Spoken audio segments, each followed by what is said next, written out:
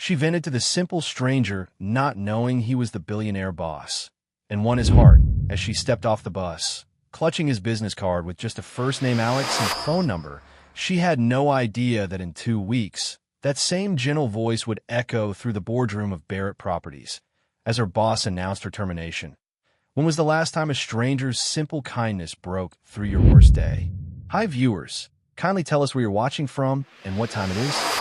Warm welcome to the family. Enjoy the story.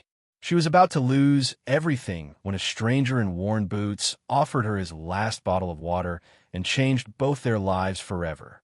What she didn't know was that the man sitting beside her on that crowded Chicago bus owned the company that was about to destroy her. And what he didn't know was that saving her would cost him his empire and his heart. Have you ever poured your heart out to a complete stranger? Have you ever felt invisible at work, like your boss sees right through you? What happens when the person you trust with your deepest pain turns out to be the one person who could fix it all? Stay with me, because what happened next will make you question everything you think you know about power, love, and second chances. She clutched that eviction notice like it held her whole world together, until a stranger's kindness tore down every wall she'd built. The Chicago Transit bus lurched through morning traffic, its torn vinyl seats and flickering lights a mobile museum of urban struggle. Outside, glass towers reached toward heaven while inside. Broken dreams rode the same route every day. Keisha pressed her face against the cold window, 3-year-old Miles sleeping heavy in her lap, his fever finally breaking after 2 sleepless nights. The eviction notice crinkled in her sweaty palm. 72 hours. That's all the time left before they'd be on the street. Her boss Jennifer had cut her hours again last week, claiming budget constraints while flashing a new designer handbag that cost more than Keisha's monthly rent. Mama Karine. Miles stirred, his small hand touching her wet cheek. No, baby, Mama's just tired. The lie tasted bitter. She was crying. She was breaking. She was drowning in a system designed to keep her underwater. The bus jerked to a stop, and a man in a faded hoodie and work boots slid into the seat beside her. His clothes were wrinkled, hands rough with calluses, but something about his presence felt steady. Safe. When Miles started fussing, the stranger quietly pulled out a bottle of water. For the little man, he said, voice gentle. Looks like he needs it more than me. Keisha hesitated. 3 years of single motherhood had taught her to trust no one, especially men who offered help.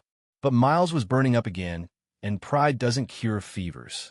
Thank you, she whispered, accepting the bottle. Rough day. The question broke something inside her chest. Maybe it was exhaustion. Maybe it was desperation. But suddenly words poured out like water through a cracked dam. About Jennifer treating her like dirt. About the CEO who walked past her desk every morning like she was furniture. About feeling invisible in a world that demanded she work twice as hard for half the respect. Single black mothers don't get second chances in this city, she said, voice cracking. We just get used up and thrown away. The stranger listened without judgment, without trying to fix everything. Just listened. When Miles grabbed his finger and wouldn't let go, the man's face softened in a way that made Keisha's chest tight. What's his name? Miles. After Miles Davis. Music was the one good thing his daddy left behind. Strong name for a strong boy. The stranger's thumb brushed across Miles' tiny knuckles. And he's got a strong mama. Nobody had called her strong in months. The words hit like medicine she didn't know she needed. I work at Barrett Properties, she continued, needing to tell someone, anyone. 42nd floor. Fancy marble and crystal everywhere. But they treat us like we're invisible. The CEO, Alexander Barrett, probably doesn't even know I exist. Rich men like that, they don't see people like me. Something shifted in the stranger's expression, but Miles chose that moment to smile his gap-toothed grin, and the man smiled back with such genuine warmth that Keisha felt her guard dropping completely. Sometimes the people who need to see us most are too far away to notice, he said quietly. But that doesn't mean we're invisible. Sometimes it just means they haven't learned how to look. The bus approached her stop. The stranger pulled out a business card, handwriting a number on the back. Alex, he said, if you or Miles ever need anything at all, Keisha studied the card. Just a first name and phone number, nothing fancy. But his eyes held promise she'd forgotten existed. Why, she asked. Why help us? Because everybody deserves someone in their corner. And because that little boy is lucky to have a mama who fights for him every single day. When was the last time a stranger's simple kindness broke through your worst day? Share your story below. As she stepped off the bus, clutching his business card with just a first name Alex and phone number, she had no idea that in 2 weeks, that same gentle voice would echo through the boardroom of Barrett Properties as her boss announced her termination. She walked into Barrett Properties every morning like entering enemy territory, never knowing the enemy had already chosen his side. The 42nd floor of Barrett Properties gleamed with marble floors and crystal chandeliers, each surface reflecting success that felt as distant as the stars. From up here, Chicago looked conquerable. Unless you were the one being conquered. Keisha's desk sat in the corner like an afterthought, squeezed between filing cabinets and a broken printer nobody bothered fixing. Davis. Jennifer Martinez's voice cracked like a whip across the office. Conference room. Now. Keisha's stomach clenched. Jennifer only used last names when someone was in trouble. She grabbed her notepad and hurried across marble floors that cost more than most people's cars. The conference room felt like a fishbowl, glass walls exposing every conversation to the office beyond. Jennifer sat at the head of the table, manicured nails drumming against mahogany that probably came from trees older than Keisha's grandmother. Your performance has been concerning, Jennifer began, not bothering with pleasantries. Late arrivals, extended lunch breaks, personal phone calls during work hours. Each accusation felt like a slap. Keisha's jaw tightened. I've never been late without calling. I work through lunch most days, and the only personal calls I make are about my son's daycare. Are you arguing with me? The question hung in the air like poison. Keisha had learned that in places like this, defending yourself was considered insubordination. Fighting back was treated like theft. No, ma'am. I'm clarifying the facts. Jennifer's smile was sharp as broken glass. Facts are what I say they are. And the fact is, you're replaceable. There are hundreds of women who would kill for this opportunity. Opportunity.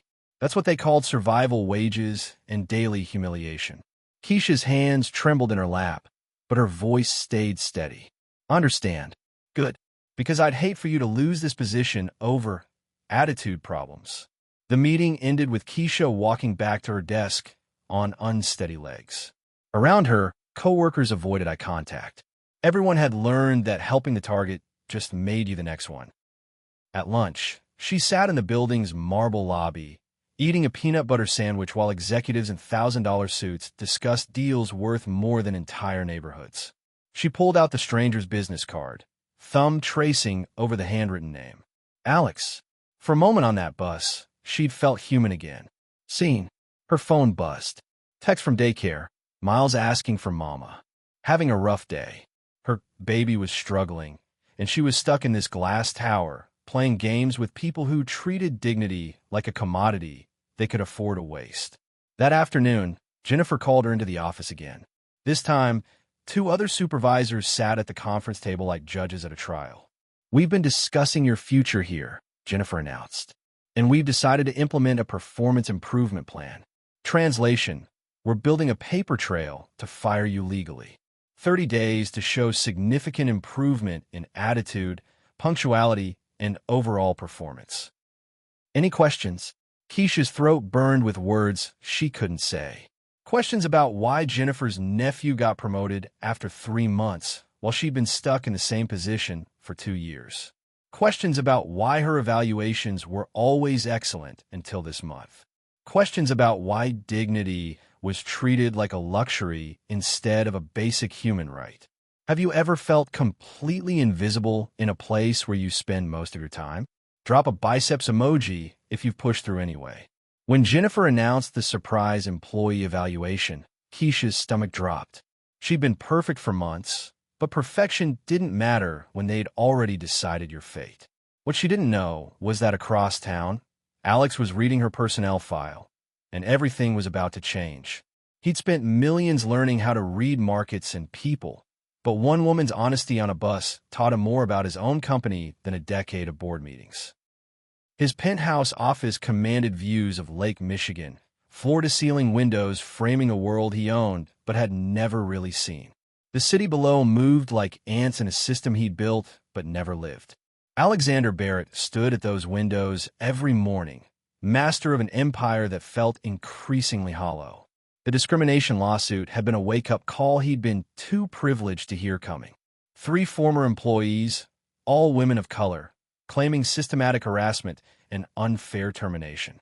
The board had settled quietly, but the damage to his reputation was public and brutal.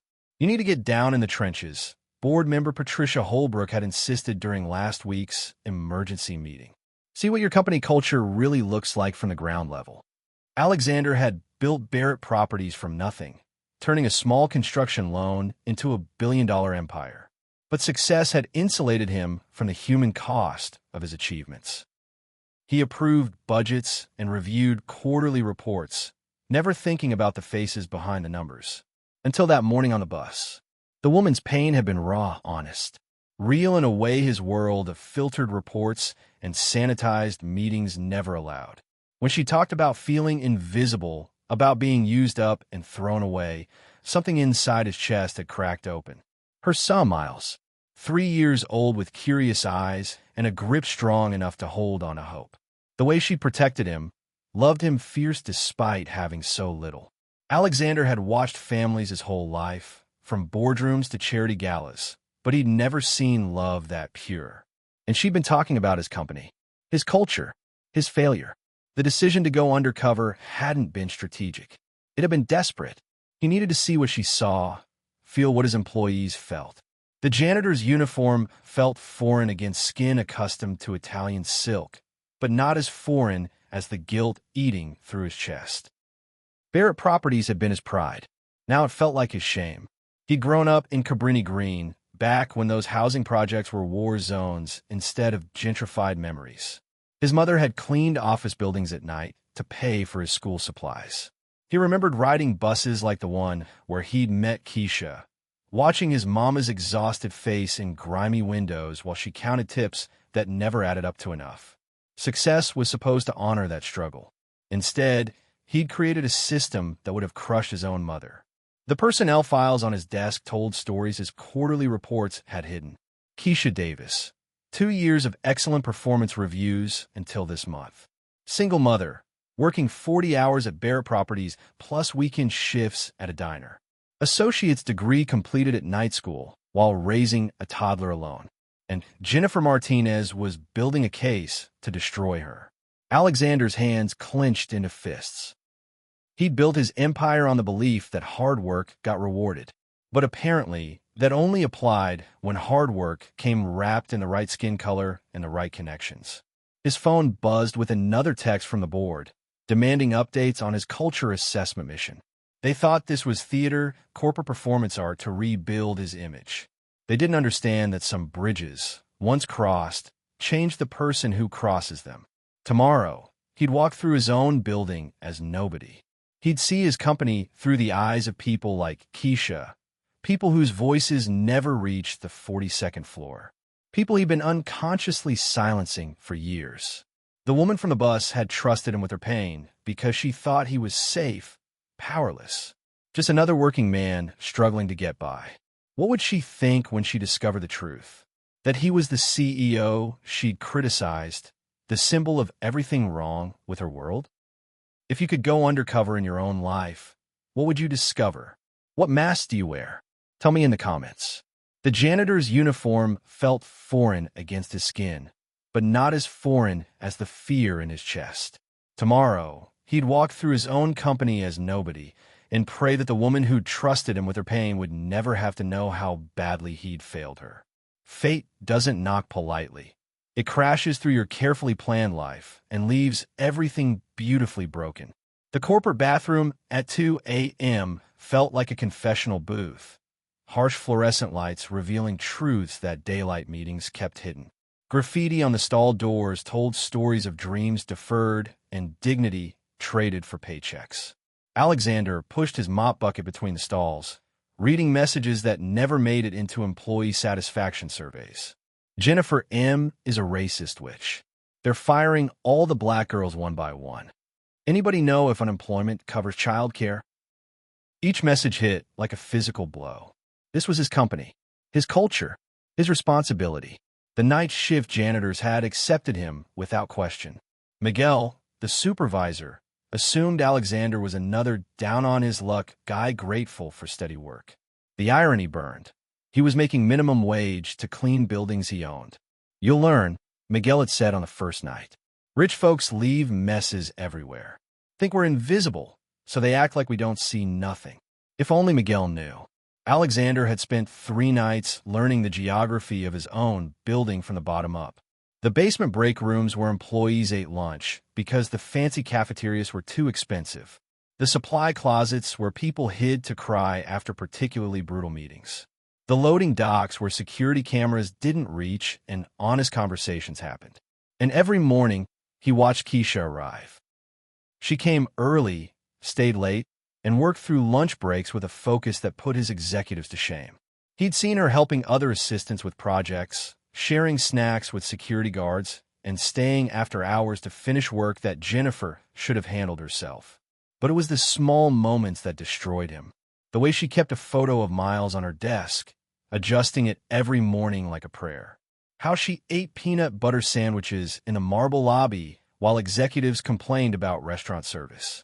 The dignity she maintained while Jennifer chipped away at her spirit one meeting at a time. This morning, he'd been emptying trash near the conference rooms when he heard Jennifer's voice through the thin walls. The Davis situation needs to be handled quickly, she was saying. I've documented enough performance issues to justify termination. Alexander's grip tightened on the garbage bag. Are you sure about this? Another voice asked. Her work has been solid for 2 years. Work performance isn't the issue. Fit is the issue. She doesn't understand her place here. Always asking questions, always pushing back. We need people who know how to stay in line. The conversation continued, but Alexander had heard enough. They weren't firing Keisha for poor performance. They were firing her for having dignity in a place that demanded submission. His blood pressure spiked as he thought about Miles, fever flushed in his mother's arms on that bus. About Keisha's quiet strength as she'd shared her pain with a stranger. About the trust she'd placed in someone she thought was powerless to hurt her. Walking through these halls as a janitor had shown him truths his corner office had hidden. His employees weren't numbers on spreadsheets. They were human beings with rent payments and sick children and dreams that his company was systematically crushing. The elevator dinged, and Keisha stepped out, shoulders squared for another day of battle. She didn't see him. Janitors were part of the furniture in her world, invisible as wallpaper. But he saw everything. The slight tremor in her hands as she approached Jennifer's office. The way she straightened her spine before knocking. The courage it took to walk into that room knowing they were hunting her. Near-miss encounters in hallways had become torture. Yesterday, she dropped papers right beside his mop bucket, and he'd fought the urge to help her gather them. To say something comforting. To break his cover and promise that everything would be okay. But he couldn't reveal himself. Not yet. Not until he had enough evidence to burn down the system that was trying to destroy her. Have you ever seen your workplace or your life from a completely different perspective? What shocked you most? When Alexander overheard Jennifer's phone call about getting rid of the liability in accounting, his blood ran cold.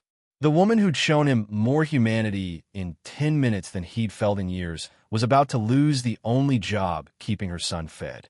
She walked into that meeting like a lamb to slaughter, except the shepherd had already decided to burn down the whole damn farm. Conference room B felt like a courtroom with fluorescent judges and mahogany jury benches.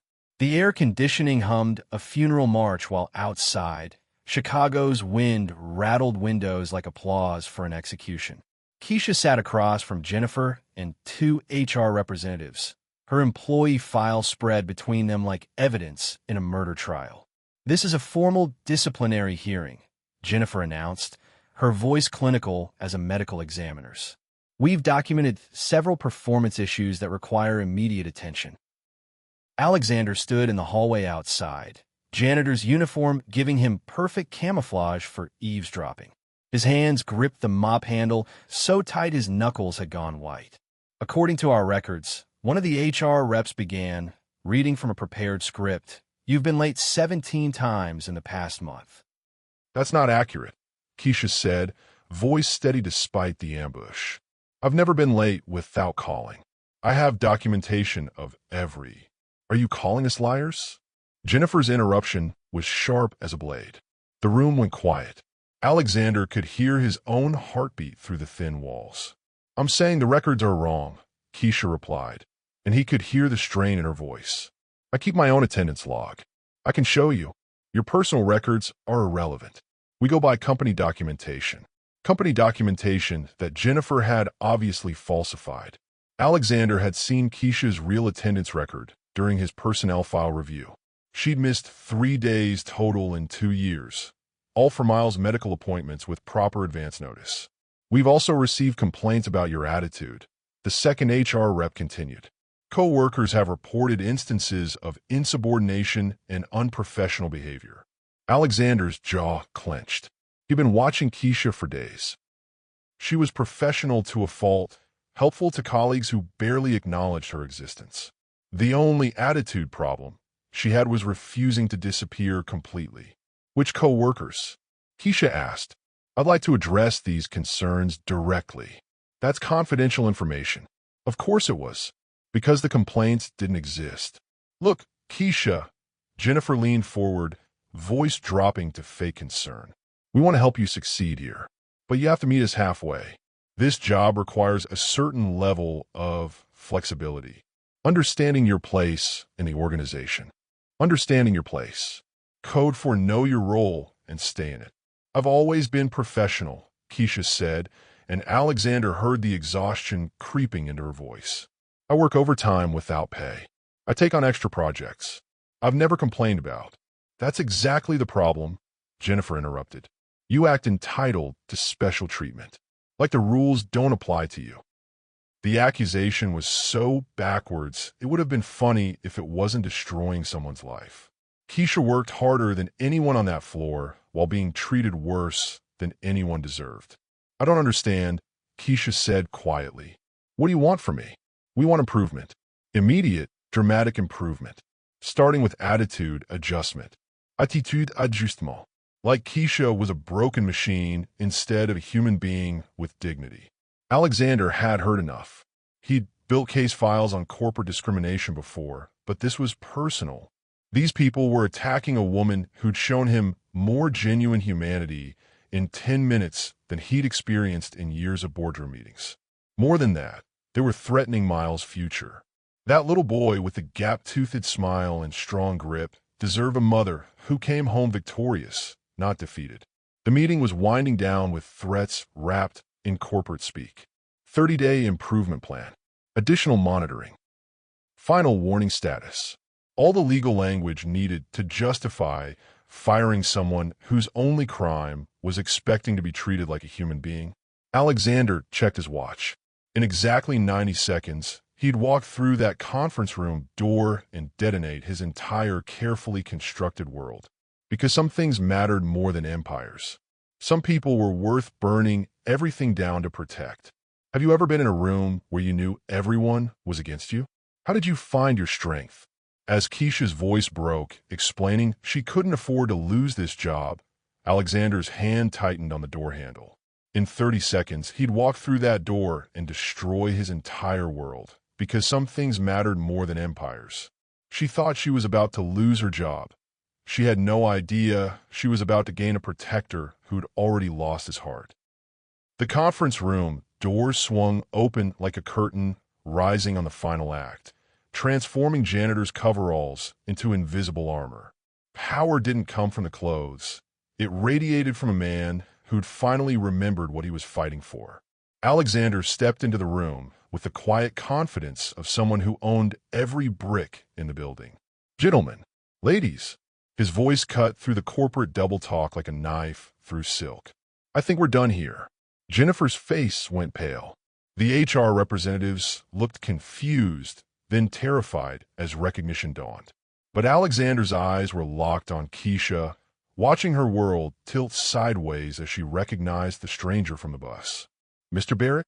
Jennifer stammered. "I didn't know you were. We were just conducting routine." "Routine character assassination?" Alexander's tone was ice cold. "Because that's what I've been listening to for the past 20 minutes. Keisha's hand flew to her mouth, eyes wide with shock, and something that looked dangerously close to betrayal.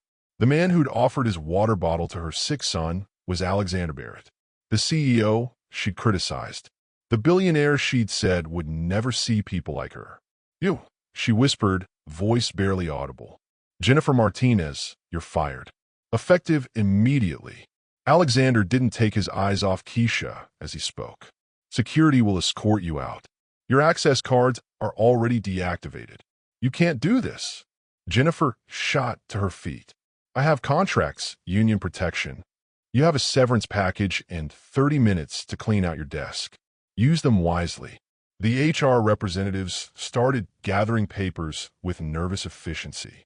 They'd worked for Barrett Properties long enough to recognize a hurricane when they saw one. "Everyone out," Alexander commanded. "Now."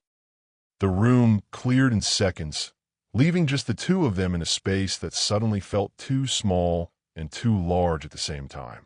Keisha sat frozen in her chair, staring at him like he was a ghost that had learned to wear expensive suits. "You lied to me," she said finally. "I omitted the truth. There's a difference." "Is there?" Her voice cracked with hurt that hit him harder than any board meeting criticism ever had. "I told you everything. About feeling invisible, about the CEO who didn't know I existed. And you were him. You were sitting right there, letting me humiliate myself." Alexander moved closer, hands raised like he was approaching a wounded animal. "You didn't humiliate yourself. You showed me truths I needed to hear." "Truths?" Keisha laughed, but there was no humor in it. "What truth?" That the poor black girl was too stupid to recognize her own boss. "The truth that I'd build a company that was crushing people like you. People like my own mother." His voice dropped to barely above a whisper. "You were talking to Alexander Barrett, CEO. You were talking to Alex from a bus. The man who wanted to help but didn't know how." Electric moment of recognition passed between them, her body responding to his presence despite her mind's protests. The same protective energy that had comforted her on the bus filled the conference room now, but amplified by power she hadn't known he possessed. "Why?" she asked. "Why go through all this? The disguise, the job, watching me get torn apart when you could have stopped it?" "Because I had to see it for myself, had to understand what I'd become." Alexander sat down across from her, the mahogany table suddenly feeling like a chasm between worlds. 3 days ago, I thought Barrett Properties was a success story. Now I know it's been a machine designed to break people who remind me too much of where I came from." Keisha studied his face, searching for lies she desperately wanted to find. It would be easier to hate him if he was the monster she'd expected. "Your mother cleaned office buildings at night so I could go to college. Rode buses like the one where we met, counting tips that never added up to enough." His hands clenched on the table. "I built this company to honor her struggle.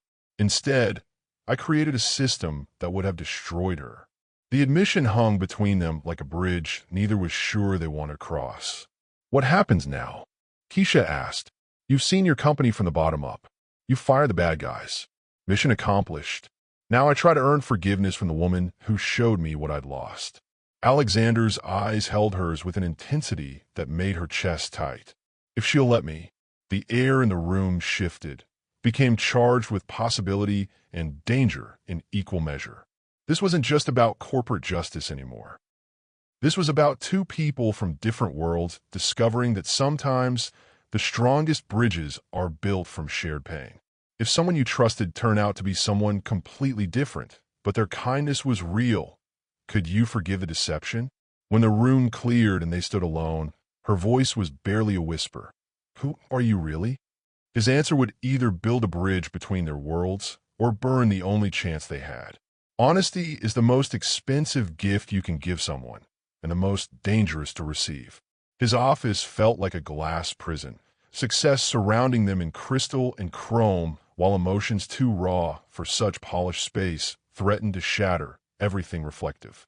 Keisha stood by the floor-to-ceiling windows, Chicago spread below like a world she'd never been invited to join. Alexander watched her from across the room, afraid that moving too close would make her bolt. "Talk to me," he said quietly. "About what?" Her voice was flat, emotionless. "About how you sat there and let me complain about my boss while you were my boss. About how you listened to me cry over bills while sitting on enough money to solve world hunger. About how I felt when you trusted me with your pain." She turned from the window, eyes blazing. "Felt what? Guilty? Entertained? Like you were watching animals at the zoo? Like I was human for the first time in years." The admission stopped her cold. Whatever she'd been expecting, it wasn't raw honesty. "I grew up in Cabrini Green," Alexander continued. "You know what that was like in the 80s. My mama worked 3 jobs to keep food on the table and bullets out of my bedroom. Every night, she'd come home bleeding dignity from 1,000 small cuts, just like you described on that bus. So what happened? You got rich and forgot where you came from. I got rich and convinced myself I was different. That success meant I'd evolved beyond the struggle instead of just insulated myself from it." Keisha crossed her arms, armor against vulnerability she could feel building. "And I what? Reminded you of your roots? Made you feel charitable? You reminded me of my mother. Of everything I used to believe in before boardrooms taught me that profit mattered more than people." The words hit like physical blows. Keisha had spent her life being compared to other people's pain, other people's memories. She was tired of being someone's redemption story. "I don't want to be your wake-up call," she said, voice rising. "I don't want to be the poor black woman who taught the rich white man how to feel again. Find another fairy tale. That's not what this is, isn't it?" She moved closer, anger giving her courage. "You felt guilty about your success, so you went slumming in the real world. Found a tragic single mother to save, and now you feel better about yourself." They were standing close now, anger and attraction creating dangerous chemistry in the space between their bodies. Alexander's jaw tightened at her accusations, but his eyes never left hers. "If that's what you think, then you don't know me at all." "I don't know you." The words exploded out of her. "I knew Alex from the bus. I knew the man who gave Miles water and didn't ask for anything back. I don't know Alexander Barrett, billionaire CEO who owns half of Chicago." "They're the same person." "No, they're not. One of them was real. One of them was a lie." "Which one kissed your son's forehead when he fell asleep against my shoulder?" The question hit like a sucker punch.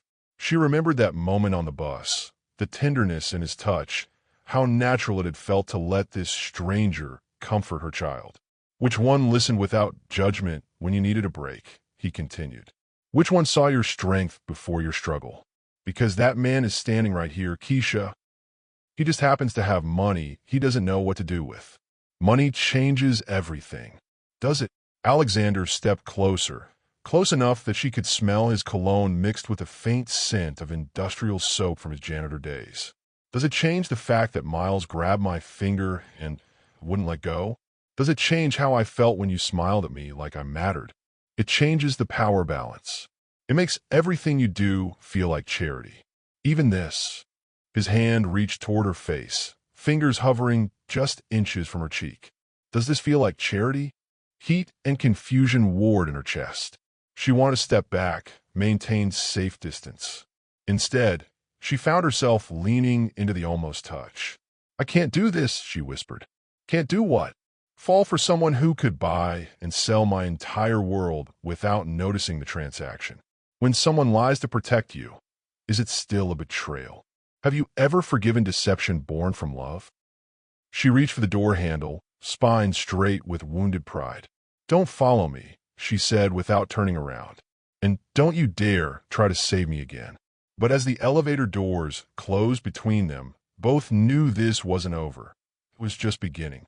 Pride builds the strongest walls, and loneliness always finds a way to tear them down. Chicago's South Side felt worlds away from downtown towers, chain-link fences and corner stores painting stories of survival that boardrooms never heard. Here, authenticity wasn't a buzzword. It was the only currency that mattered. Keisha walked through her neighborhood like a woman returning from war, carrying wounds that expensive bandages couldn't heal. 3 days had passed since the conference room confrontation. 3 days of Alexander respecting her demand for space while she tried to figure out how to feel about having her life saved by the man she'd criticized for not caring about lives like hers. The new job assignment had been waiting on her desk the morning after Jennifer's firing. Executive assistant to the VP of Community Development. 40% pay increase. Better benefits. Her own office with a window. Everything she'd dreamed of, handed to her by a man who'd heard her dreams before she knew he could make them reality. So the rich boy made you his charity case, her neighbor Mrs. Patterson observed, watching Miles play in the new playground equipment that had mysteriously appeared over the weekend. That how it works for you young girls now. The accusation stung because it echoed her own fears. How could she ever know if Alexander's feelings were real or just guilt wrapped in expensive intentions? It's not like that, Keisha replied, but the words fell hollow. And I suppose that new bus shelter got built by accident, too. Keisha looked across the street at the gleaming shelter, complete with heating and security cameras. Another improvement that had appeared overnight, transforming her daily commute from endurance test to comfortable routine. At work, she felt like a ghost haunting someone else's life. The new office was beautiful, the work challenging and meaningful. But every decision felt tainted by the knowledge that none of it would exist without Alexander's intervention.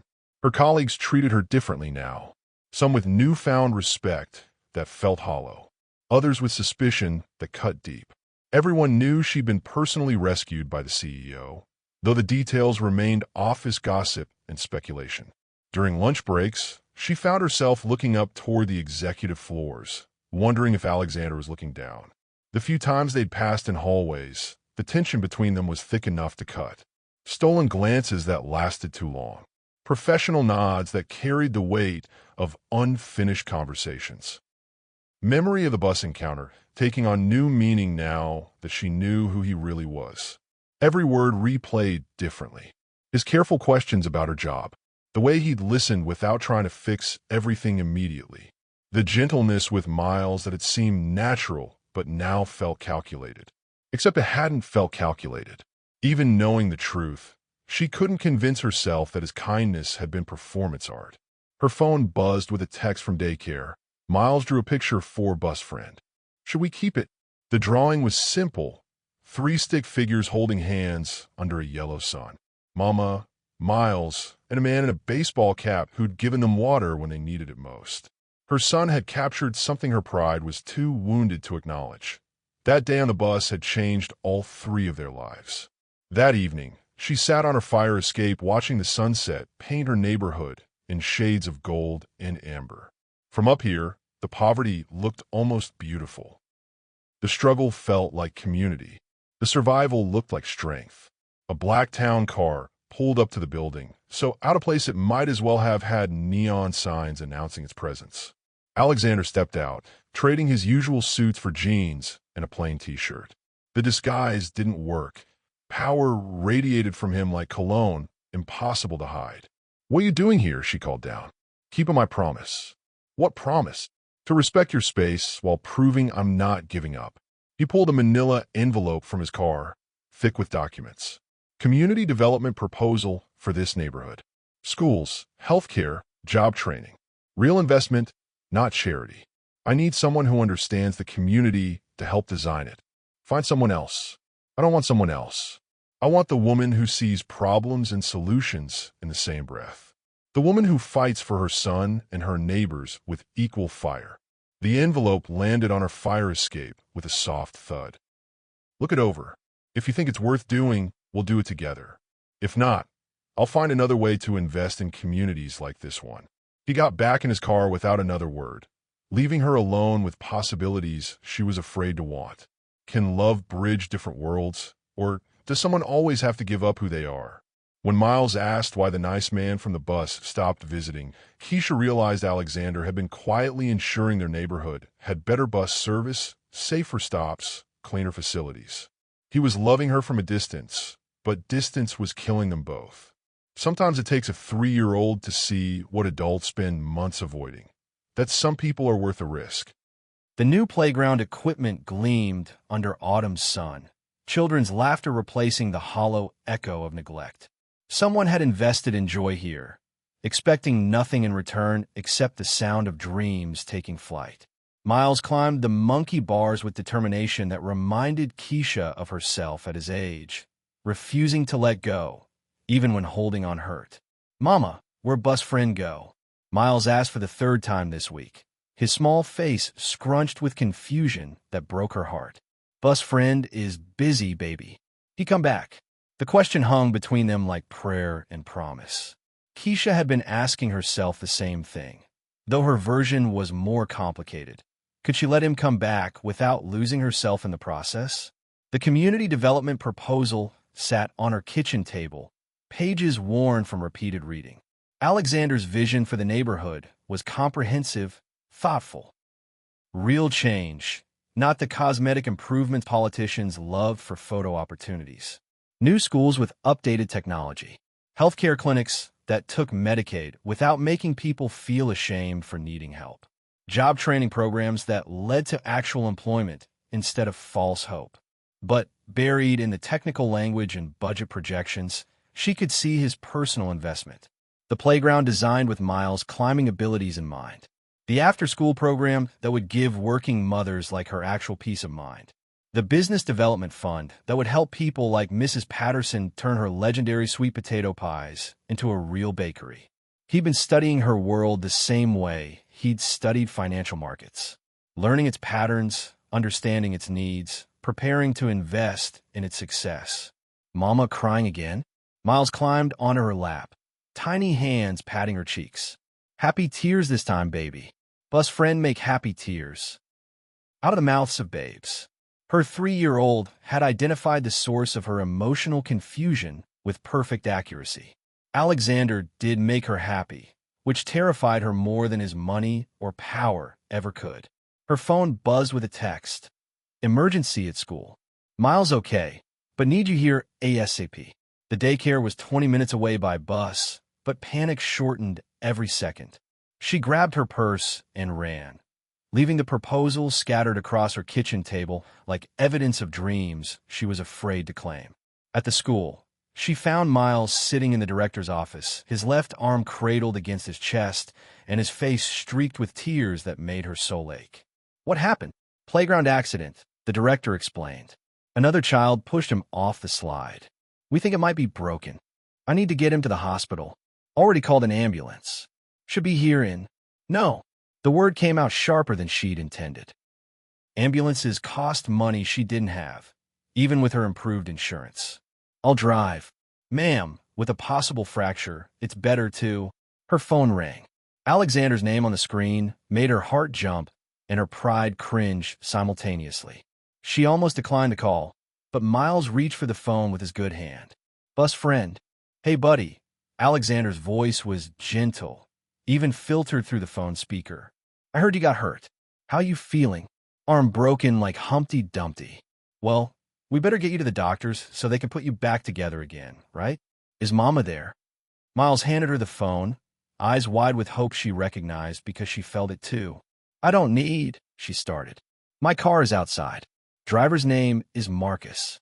He's got 2 kids, knows exactly which hospital to take you to, and he's already called ahead, so they're expecting you." "Alexander, let me help, please." Not because you need saving, but because Miles needs his mama focused on him, not worried about logistics. Through the window, she could see a black SUV waiting, hazard lights blinking. Marcus got out when he saw her, opening doors with the efficiency of someone who understood that time mattered more than protocol. Memory of Alexander's protective energy with Miles on the bus flooded back. The way he'd known exactly how to distract a feverish toddler. How his presence had made her feel less alone in a world that seemed designed to isolate people like her. "Mama," Miles tugged at her shirt with his good hand. "Bus friend help. Have you ever had someone love you so quietly you almost missed it?" Share your story below. When the hospital called about Miles' asthma attack, Keisha's world tilted. Racing through traffic, her phone rang. Alexander's voice, calm and sure. I'm already here. He's going to be okay. Some bridges can't be burned, no matter how hard you try. Fear has a way of stripping away everything that doesn't matter, leaving only love standing in the wreckage. The pediatric ICU felt suspended between hope and heartbreak, machines beeping prayers while parents bargained with whatever gods might listen. In that space between breath and prayer, pretense became impossible. Keisha sat beside Miles' hospital bed, his small hand dwarfed by the cast on his arm, watching his chest rise and fall with the steady rhythm of childhood resilience. Alexander stood by the window, still in his business suit, but looking more human than she'd ever seen him. When Marcus had delivered them to the hospital, Alexander was already waiting in the emergency room, having used his connections to ensure Miles got immediate attention from the best pediatric orthopedic surgeon in Chicago. They said the break was clean, Alexander reported quietly. 6 weeks in the cast, then good as new. Thank you. The words came out smaller than she intended, carrying weight that had nothing to do with medical bills or hospital politics. You don't need to thank me. Yes, I do. For being here. For caring about him when you don't have to. Alexander moved away from the window, pulling a chair close to hers, but not so close that she'd feel trapped. I care about him because he's yours. And I care about you because you changed everything for me. The admission hung between them in the quiet space where honesty finally had room to breathe. Outside, Chicago hummed with its usual chaos, but inside this room, only truth mattered. I was so angry, Keisha said, eyes fixed on Miles' sleeping face. Not just about the deception, about feeling like I owed you something I could never repay. You don't owe me anything, don't I? The job, the neighborhood improvements, being here right now. It all comes from you. Alexander was quiet for a long moment, studying her profile in the dim hospital lighting. What if I told you that everything I've done has been selfish? Selfish how? Because helping you helps me remember who I wanted to be before success taught me to measure worth in dollars instead of dignity. His voice dropped to barely above a whisper. Because watching you fight for Miles reminds me what love looks like when it's not conditional on stock prices or quarterly reports. She turned to face him fully, seeing vulnerability she hadn't expected in his eyes. That day on the bus, he continued, you trusted a stranger with your pain because you thought he was powerless to hurt you. But you were wrong. I had all the power in the world to hurt you, and you trusted me anyway. That kind of faith, it changed me.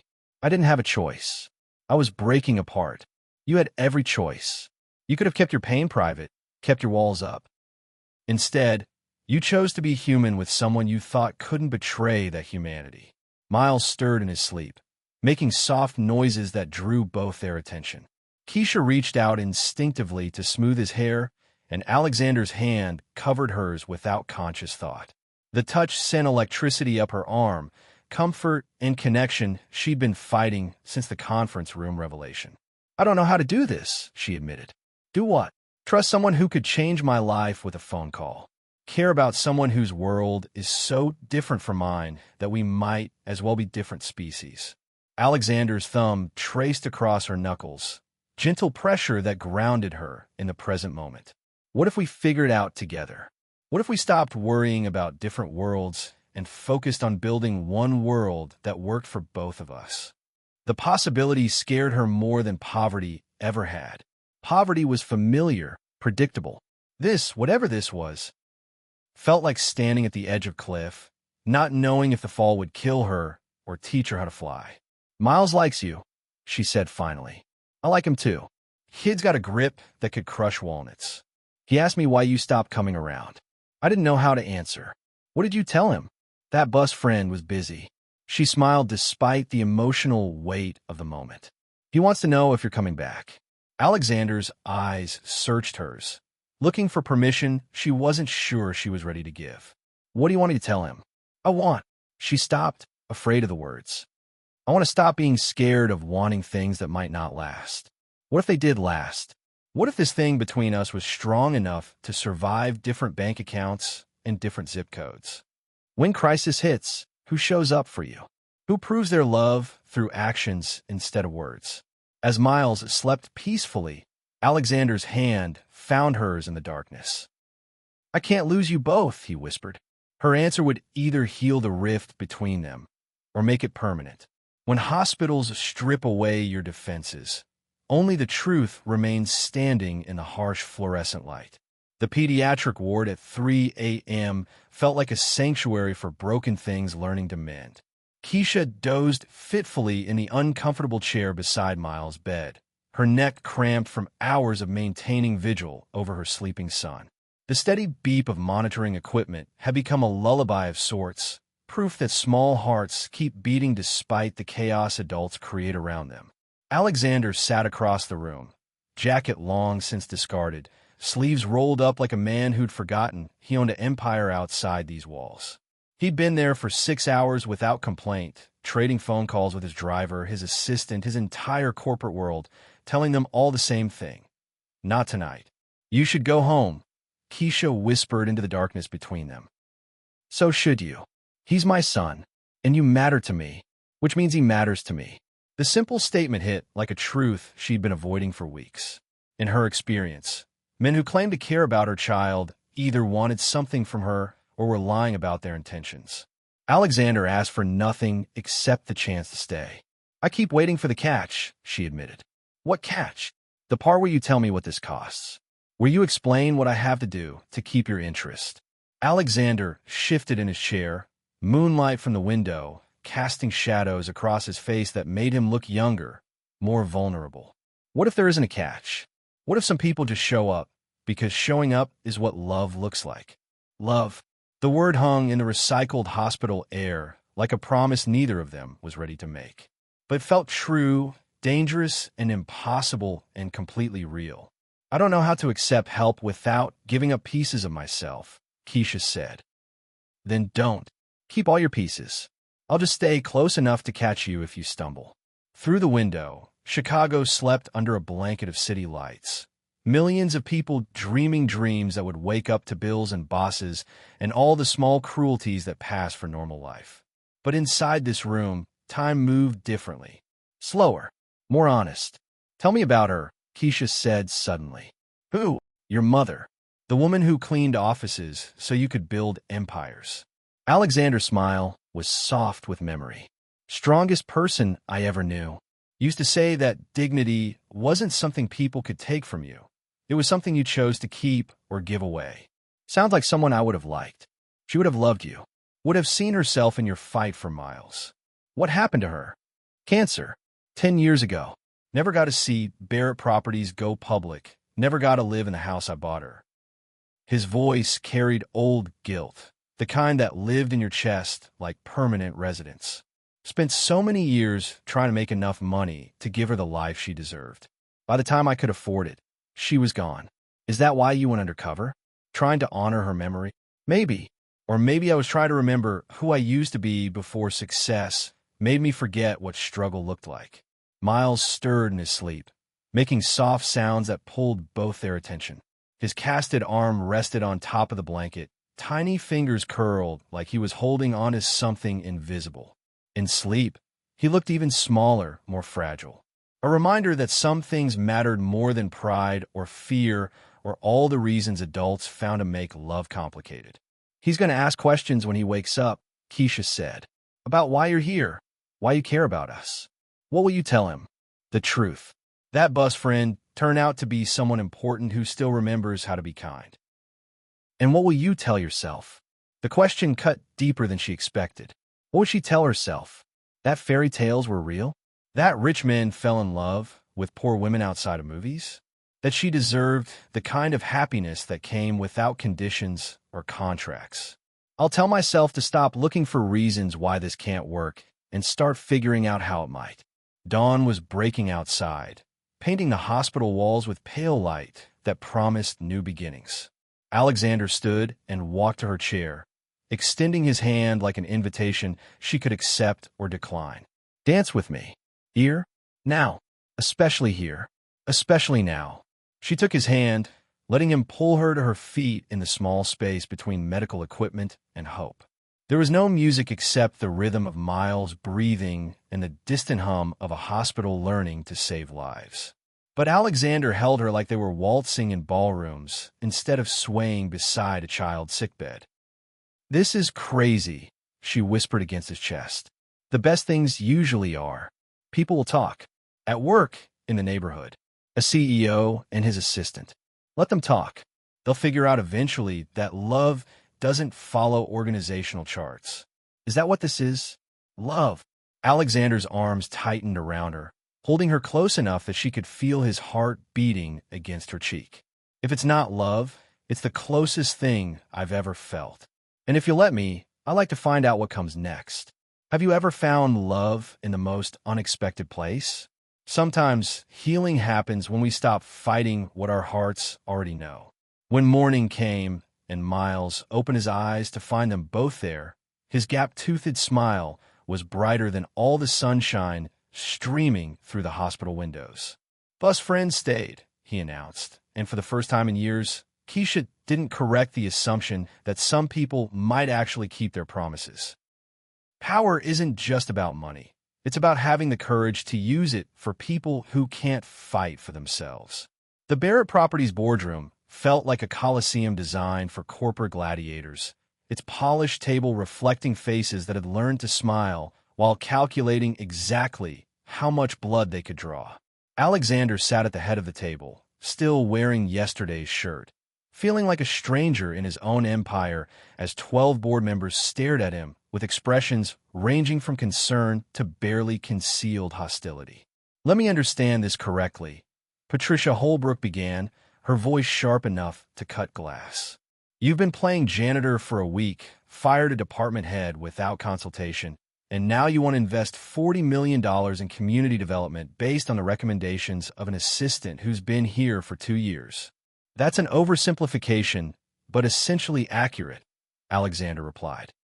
Board member Marcus Webb leaned forward, gold watch catching the light like a warning. "Alexander, we respect your passion for social responsibility, but Barrett Properties has shareholders to consider. This isn't a charity. Neither is systematic discrimination against employees based on race and class." The temperature in the room dropped 10 degrees. These were people who'd built fortunes by ignoring uncomfortable truths, not confronting them in Monday morning meetings. "That's a serious accusation," Patricia said. "It's a serious problem." Jennifer Martinez was building termination cases against every black woman in her department. The pattern is documented, deliberate, and legally indefensible. One manager's poor judgment doesn't justify overhauling our entire community relations strategy.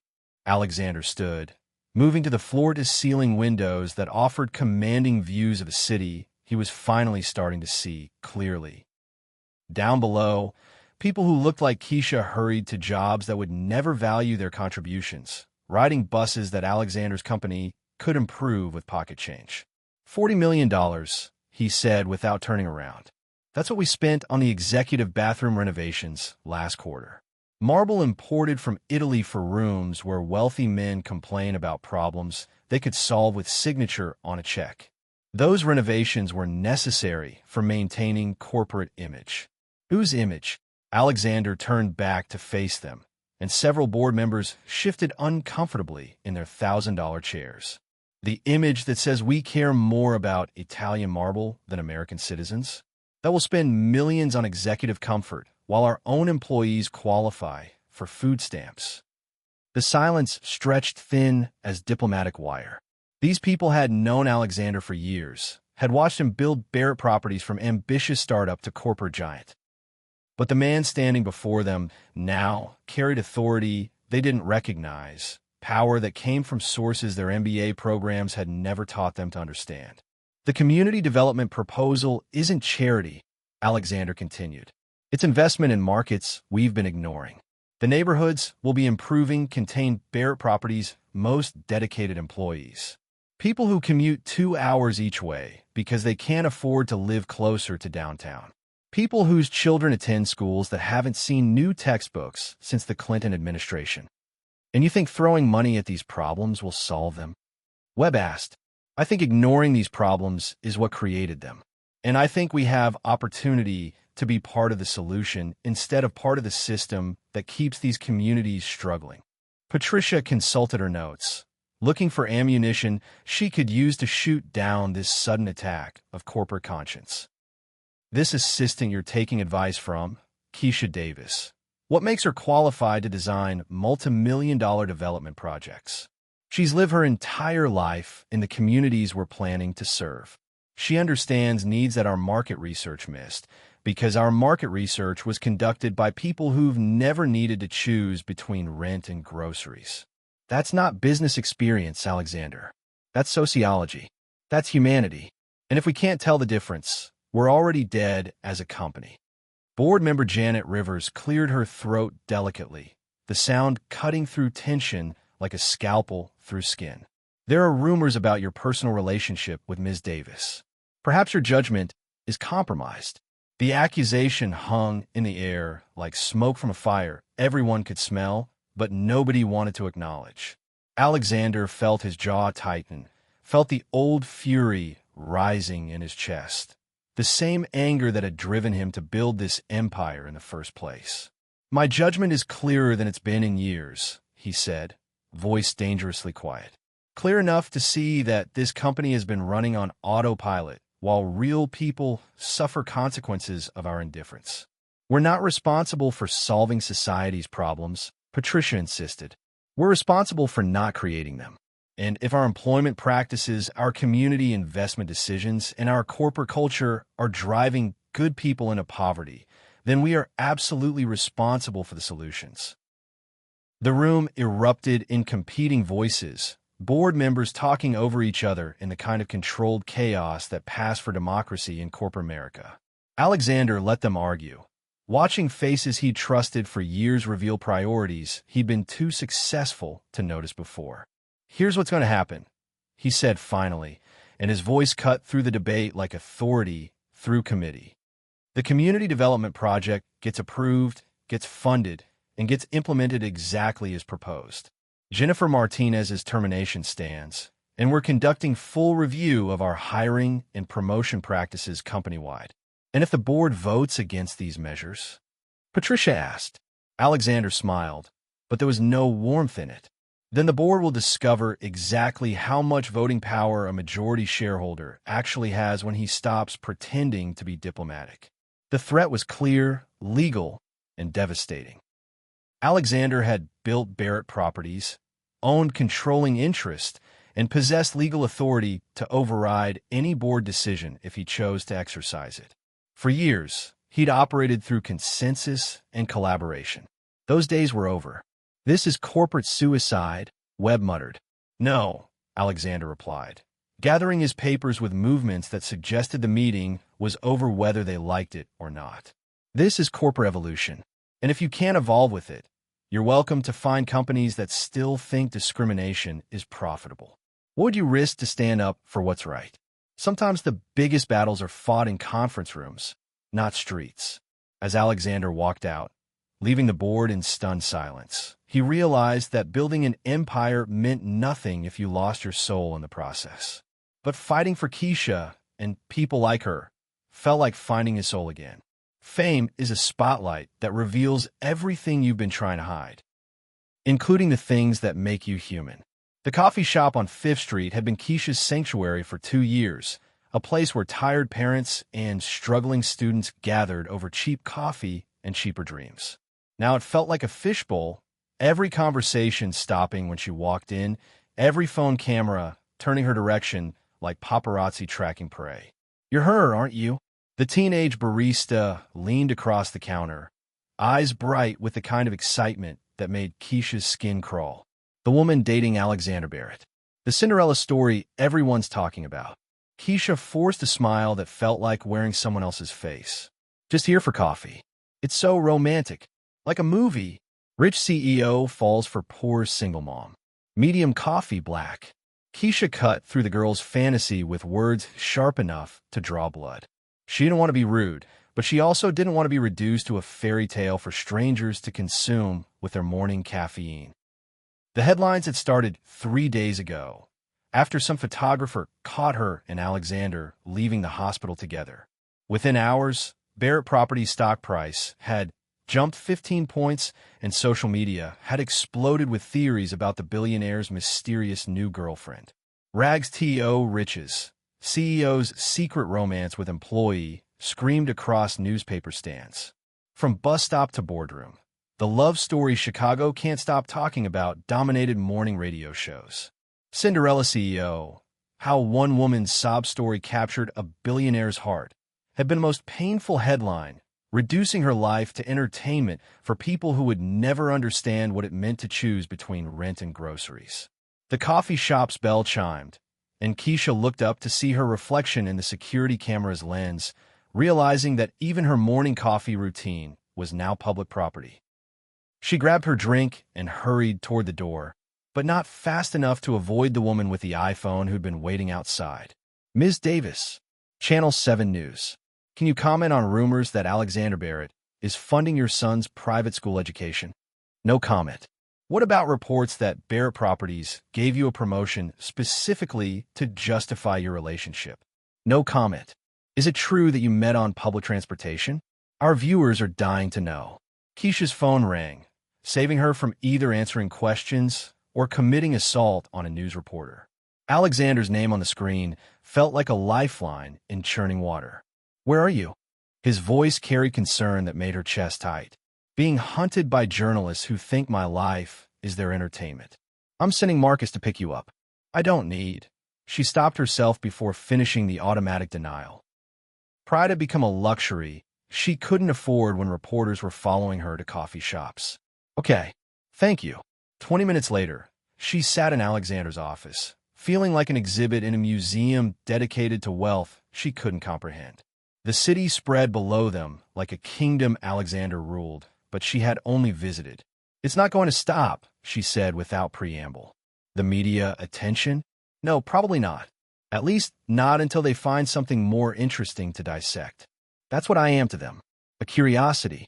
The poor black girl who got lucky enough to catch a billionaire's eye. Alexander moved from behind his desk to sit beside her on the leather sofa that cost more than most people's cars. That's not what you are to me. What am I to you? The question hung between them like a challenge and a prayer. Outside, Chicago hummed with its usual chaos, but inside this glass tower, only honesty had room to breathe. You're the woman who made me remember what I was fighting for, Alexander said finally. You're Miles' mother, which makes you automatically the strongest person I know. You're the first person in years who saw me as human instead of a bank account with legs. The newspapers are calling me a gold digger. The newspapers called my mother a welfare queen when she worked 3 jobs to keep me in school. Newspapers aren't known for their accuracy when it comes to understanding real people's lives. This affects Miles. Kids at daycare are asking questions. Teachers look at me differently. Yesterday, someone took pictures of him playing on the playground. Alexander's jaw tightened. That's unacceptable. I'll have security. No. The word came out sharper than she intended. No more fixes. No more solutions that make me feel like a problem that needs managing. Then what do you want me to do? I want you to understand that loving me means loving someone who comes with complications your money can't solve. I want you to know that she gestured toward the windows, the city, the empire surrounding them. This isn't my world. It's yours. And I don't know if I can live in it without disappearing. Alexander reached for her hand, threading their fingers together like an anchor in uncertain water. What if we build a new world? One that belonged to both of us. How? By refusing to hide. By being honest about who we are and how we got here. By letting people see that love doesn't follow stock market rules or social expectations. You make it sound simple. It is simple. It's just not easy. From the street below came the distant sound of protesters, voices raised in chants she couldn't make out from 42 floors above. Alexander moved to the window, and his expression darkened as he read signs that accused him of everything from exploitation to publicity stunts. They think you're using me, Keisha said, joining him at the window. And they think I'm using you. Maybe that makes us even. Or maybe that makes us both targets. Alexander turned away from the window, away from the crowd, demanding explanations for feelings that couldn't be explained in sound bites or newspaper headlines. Are you willing to be a target if it means we get to be together? Are you willing to lose everything you've built if loving me costs you your empire? The question hung between them like a bridge neither was sure they wanted to cross. Below, the protesters chanted for justice they thought looked like separation. Above, two people from different worlds try to figure out if love was strong enough to survive public scrutiny. When your private life becomes public entertainment, how do you protect what matters most? When a photographer appeared at Miles' daycare asking for cute pictures of the CEO's stepson, Keisha realized the price of loving Alexander Barrett wasn't just tabloid headlines. It was her son's childhood. Some costs were too high, even for love. Sometimes love isn't about holding on. It's about knowing when to let go before you both drown. The photographer had been waiting in the parking lot of Little Star's daycare, like a predator studying prey. Telephoto lens focused on 3-year-olds who didn't understand why strangers wanted pictures of their lunchtime and nap routines. When the daycare director called Keisha at work, her voice tight with the kind of controlled panic that meant lawyers would probably be involved, Keisha felt something inside her chest crack clean through. "I'm sorry, Ms. Davis, but we can't have media crews disrupting our other families. Several parents are threatening to pull their children if this continues." The message was clear. Miles was becoming a liability. Her son, her beautiful, innocent boy who still called Alexander bus friend and drew stick-figure pictures of their family adventures, was being treated like a problem that needed solving. Keisha sat in her new office, staring at community development proposals that felt like artifact from someone else's life. Outside her window, Chicago moved with its usual relentless energy, but everything felt muted, distant, like watching life happen to other people while your own world dissolved around you. Her phone buzzed with another text from a reporter. Exclusive interview opportunity. Tell your side of the story. 6-figure payment for 1-hour conversation. 6 figures. Enough money to move away from Chicago entirely. Start over somewhere photographers didn't camp outside daycare centers. Enough to buy Miles a different life. One where he could play without someone documenting his childhood for public consumption. Keisha? Alexander's voice from her doorway made her jump. He looked like he'd been running his hands through his hair for hours, tie loosened and shirt wrinkled. "We need to talk." She followed him to his office, that glass palace overlooking a city that felt increasingly hostile. On his desk sat a stack of newspapers, each headline more invasive than the last. Barrett's baby mama. The truth about Keisha Davis. From food stamps to fortune, inside the romance that's dividing Chicago. Gold digger or true love, you decide. They dug up everything, Alexander said, voice tight with fury she'd never heard before. Your application for emergency assistance 2 years ago. Medical records from Miles' birth. Even interviewed your ex-boyfriend, who apparently has a lot to say about your calculating nature. Heat rushed to Keisha's face. Marcus, Miles' father, had walked out when pregnancy became real instead of theoretical. For him to paint her as manipulative was beyond cruel. It was rewriting history to make himself the victim of a story where he'd been the deserter. He's lying. I know he's lying. But the newspapers don't care about truth when lies sell more papers. This is my fault. The admission felt like swallowing glass. I should have known this would happen. Should have stayed away from you after that conference room. Alexander crossed the room in 3 quick strides, taking her hands in his like lifelines in a storm. This is not your fault. None of this is your fault. Isn't it? I knew you were out of my league. I knew getting involved with you would bring attention I couldn't handle. You didn't know anything. You couldn't have predicted this. I could have predicted that people would assume I was using you. That they'd treat me like I won some kind of lottery instead of fell in love with someone who saw me as human. Her phone rang, breaking the emotional tension. Daycare again. Keisha's stomach clenched as she answered. MS.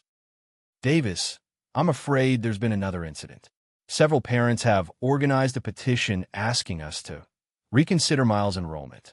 I'm sorry, but the board of directors feels it would be best if you made alternative arrangements. The words hit like physical blows. Alternative arrangements. Corporate speak for, your son is no longer welcome here because loving someone wealthy has made you both toxic.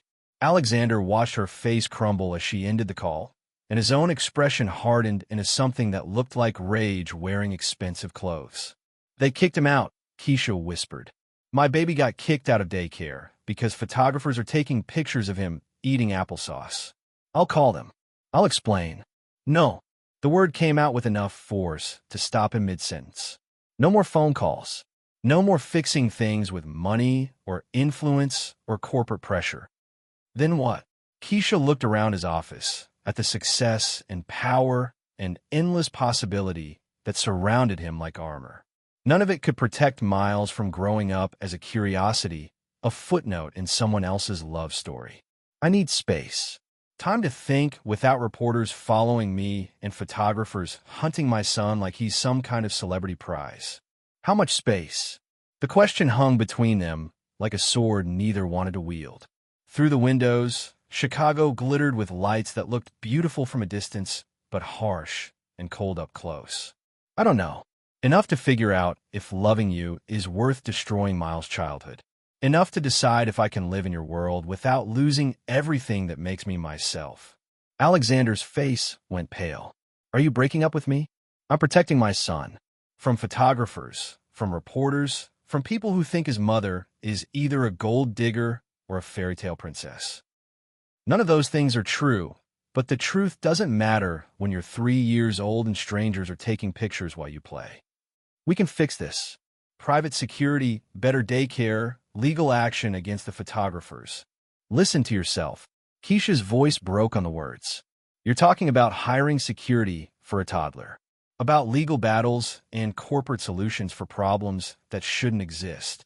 Then what's the alternative? She looked at him standing there, powerful and desperate, and completely at a loss for how to solve a problem that couldn't be bought or negotiated or intimidated into submission. The alternative is that I take my son home. That I love you enough to walk away before loving you destroys the life I've built for him. When protecting the ones you love means giving up your own happiness, how do you choose? Share if you've ever had to love someone by letting them go. When Keisha walked out of Barrett Properties carrying a box with her personal belongings, she didn't look back. Looking back would have shown her Alexander standing at his window, watching her disappear into a city that suddenly felt empty without her in it. Distance is supposed to heal hearts, but sometimes it just teaches you how much space grief requires. 2 months of silence felt like years measured in missed phone calls and text messages that got written but never sent. Keisha had moved across town to Aunt Sarah's house in a neighborhood where no one cared about billionaire love stories or photographers with telephoto lenses. Here, in a world of corner stores and community gardens, she could breathe without wondering if someone was documenting her grocery shopping for tabloid consumption. Miles adjusted to his new daycare with a resilience that made 3-year-olds superior to adults in navigating life's unexpected changes. He asked about bus friend less frequently now, though he still drew pictures of 3 stick figures holding hands and left them on Keisha's pillow like prayers for things to return to the way they used to be. You look terrible, Aunt Sarah observed over morning coffee, her voice carrying the kind of loving honesty that only family could deliver without causing offense. Thanks for the pep talk. I'm serious. When's the last time you smiled? Really smiled. Not that fake thing you do when people ask how you're doing. Keisha stared into her coffee cup, seeing her reflection warped by liquid that had grown cold while she wasn't paying attention. Smiling feels like lying right now. You miss him. It wasn't a question. Aunt Sarah had raised 4 children and buried 2 husbands. She understood the geography of heartbreak better than most people understood their own neighborhoods. Missing him feels selfish. I made the right choice for Miles. Did you? Or did you make the scared choice? The accusation stung because it carried enough truth to draw blood. Fear had definitely played a role in her decision to leave Alexander's world behind. Fear of photographers and reporters, and people who would always see her as a fascinating curiosity instead of a human being with her own dreams and dignity. You didn't see what it was like, Keisha said. The way they looked at me, talked about me, like I was some kind of con artist who tricked my way into wealth, I didn't deserve. And what did he say about all that? He wanted to fix it. Hire security, sue newspapers, use his power to make the problems disappear. Sounds like a man in love, trying to protect his woman and her child. It sounds like a man who thinks money solves everything. Aunt Sarah refilled her coffee cup with movements that suggested this conversation was far from over. Or it sounds like a man doing the only thing he knows how to do when the woman he loves is hurting. The possibility hung between them like a bridge Keisha wasn't ready to cross. It was easier to paint Alexander as naive about the realities of media attention than to acknowledge he'd been fighting for her the only way he knew how. It doesn't matter what he was trying to do. The result was the same. Miles got hurt, I got humiliated, and everyone got to treat our private business like public entertainment. And now we're safe. Official, normal, and miserable, but safe. Through the kitchen window, Keisha could see Miles playing in the small backyard, pushing a toy truck through dirt paths that would have horrified the landscape architect who designed Alexander's penthouse terrace garden. He looked happy here, settled in ways that eased some of the guilt she carried about uprooting his life again. Her phone buzzed with a text from her new boss at the community center where she'd found work coordinating after-school programs. The job paid a third of what Barrett Properties had offered, but it felt honest in ways that corporate life never had. She was helping kids like Miles, families like the one she'd grown up in, making a difference that could be measured in homework completed and dreams encouraged instead of quarterly profit reports. "There's something you need to see," Aunt Sarah said, returning to the kitchen with a newspaper Keisha hadn't noticed her hiding. The headline made her stomach drop. Barrett Properties CEO steps down amid personal scandal. Below it, a photo of Alexander looking haggard as he left the building that had been his empire, surrounded by reporters shouting questions he didn't answer. He resigned. Keisha's voice came out smaller than she intended. 3 weeks ago. Says he wants to focus on community development and philanthropy. The article mentions a $40 million investment in Southside neighborhood revitalization. Keisha's hands trembled as she read details that felt like messages written specifically for her. New playground equipment in her old neighborhood. After-school programs that looked suspiciously similar to proposals she'd helped design. Job training centers and healthcare clinics that addressed needs she'd identified during their late-night conversations about communities that got ignored by people with power to help. "He's doing everything we talked about," she whispered, without asking for credit or recognition. "Just quietly making things better for people who look like you and live like you used to." That doesn't change anything, doesn't it? The question sat heavy in the kitchen air, competing with the smell of coffee and the sound of Miles' laughter from the backyard.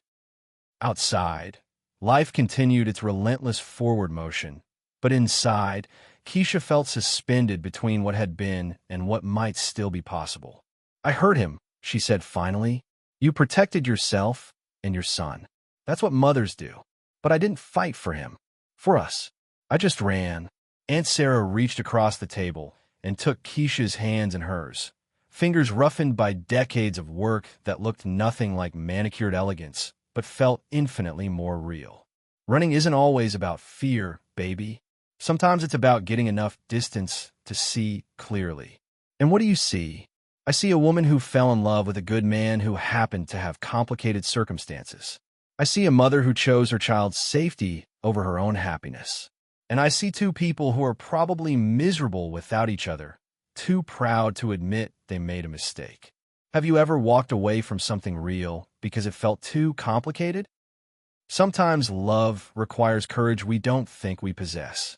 When Miles handed her another drawing, this one showing bus friend standing alone under a sad-looking sun, Keisha realized that protecting her son might have meant protecting him from happiness, not just photographers.